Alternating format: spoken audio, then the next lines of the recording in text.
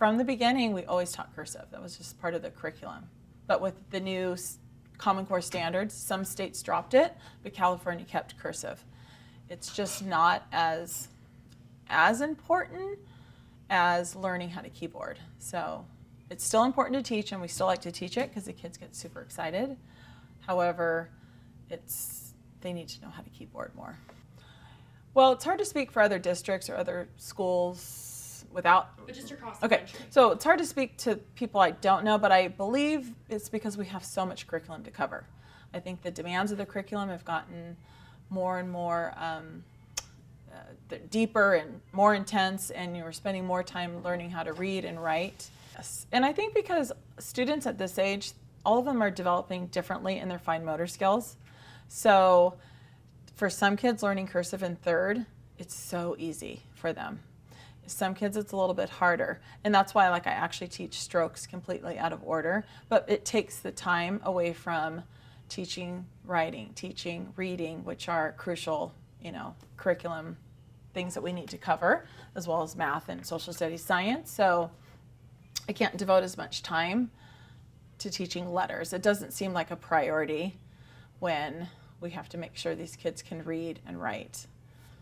How have you seen teaching cursive change over the last 23 years? I believe it's changed quite a bit because it used to be something that you would spend more time on. I'd spend 30 minutes teaching cursive, and now I actually only spend about 10 minutes. I introduce a letter a day, and then I go over it, and then they practice it, and then we move on. So I just teach them the lowercase, and we kind of fill in uppercase when it's necessary. So, and then I slowly try to introduce, okay, well, let's try to write some of this stuff in cursive and put it into practice. So cursive has changed because of the new curriculum, because there's not as big of an emphasis. And I think that's why several districts in other states have dropped cursive, because it's just not a priority anymore. Obviously, computers, technology, keyboarding, learning home row and doing it effectively, because actually the students are tested in writing on keyboarding. They're not tested on their cursive skills. So things that they have to write in state testing is actually done on a computer. So we need to spend more time getting their hands on a keyboard and not as much time learning the cursive alphabet. So interesting enough, we read an article about should cursive be taught again. And then there was the yeses and the nos, and I actually had the students form their own opinion and write and defend their opinion if they should learn. Cursive? They didn't know cursive yet, so they didn't have to write it in cursive, but they needed to think about it, and then the pros and cons. Why was it important? Why was it not? And interesting enough, most of my students said, but you need to learn how to read a letter. Like if my grandma or grandpa writes me a letter, I need to know how to read it. And then we talked about, well, when you sign your name, most people sign their name in some kind of cursive. So that's why for them, it's important for a student to learn it. I think as adults, we try to think about, I don't know if I really need that skill anymore, because yes, we use our phones, we use tablets, we use computers, Chromebooks, and and the writing is neat, and not everyone has good penmanship. So interesting enough, though, some students who don't have as good of fine motor skills actually excel at cursive than they do in printing, because of the fact that the way that letters are formed and connected, it's flowing, and they don't have to lift their pencil. So depending on how they started to learn printing in kindergarten or preschool, how they even held their pencil really sets them up for their neatness. So some kids actually start forming their letters backwards or from bottom to top.